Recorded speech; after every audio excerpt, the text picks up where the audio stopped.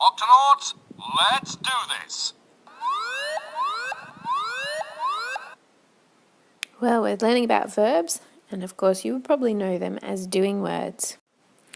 Verbs are doing words, and often they divide up that concept of doing into other actions, like feeling, thinking, saying, being, having, and relating, and they all have a type of verb. The tricky ones, the ones that I've gone, oh, that's interesting, are the being ones. So they're like is, he is, and was. They're tricky. The being, there's more examples. And the saying ones, like said, you want to be quite creative with those. You don't just want to use said all the time. So you can make different choices with your verbs to make your writing interesting. And they show tense. So verbs show these processes anchored in time through tense. So they show if it happened in the past, the present, or the future. And we'll go into that a bit more. Alright, this is pretty straightforward. The tense is just when it's happening, and it's shown in the verb in the sentence. So here we go. We've got present tense, it's happening now, and it's something like I am eating sushi. You're not saying yesterday I ate sushi, you're saying I am eating it right now, present tense. If I want to talk about something that happened in the past, like dinosaurs were in the past, then I often add an ed, but Shane played cricket for Australia, so probably Shane won, and it happened in the past. Future tense, it is going to happen. They will dance on Saturday. So that's just the 3 different tenses, and we'll talk a bit more about how to recognise them and how to write them. Right, here we are. How to recognise them and how to write them. If you're talking the present tense, then you usually end, the suffix is usually ing.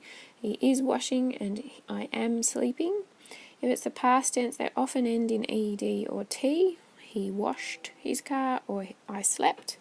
In the future, you need this auxiliary verb, will wash or shall sleep, to tell you that it is still going to happen. Some verbs are irregular. That means that they change their spelling to show the tense. They don't follow the usual spelling rules like adding ing or ed. They change the actual spelling of the word. So you can see here that ring, I ring the bell right now, but I rang it yesterday, and it changes the actual spelling of the word. That means it's an irregular verb. Alright, let's do some practice changing the tense of these verbs. If you could use your brain and think about it while I'm talking and see if you can get there before me, that'd be great. So you've got to think about the spelling rules you've just heard about, and you've got to think about what is the past tense, what will sound right in the sentence, what's the context. Okay, so the first one we're going to do here is help. It's in the infinitive, which is just the plain old verb form, simple verb form, and we're going to need to add an ending to help it become past tense. So what are we going to add? I helped yesterday. It doesn't sound right. I helped yesterday. It rained yesterday. No, that's not right. It rained yesterday. I ate my lunch yesterday. No, I ate my lunch yesterday. I give you a present yesterday. No, I gave you a present yesterday. And these 2 over here are the irregular ones, in case you didn't already spot that. Okay, so how are we going to make these guys present tense? We've got cook here. I cook my lunch. Kind of, it's probably got a name. The tense has got a name, but it sort of could be any time that you cook your lunch. But if I'm doing it right now, I would say I am cooking. I am coming. And now I drop the E and the add ing. I am staying. And I am singing.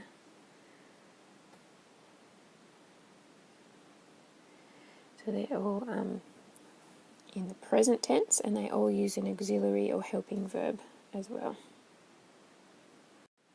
In the future tense, you need some auxiliary verbs, helping verbs, to help you do it.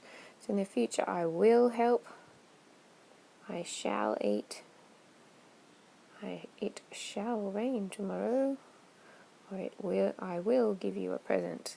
So there you go, using the auxiliary verbs to help you.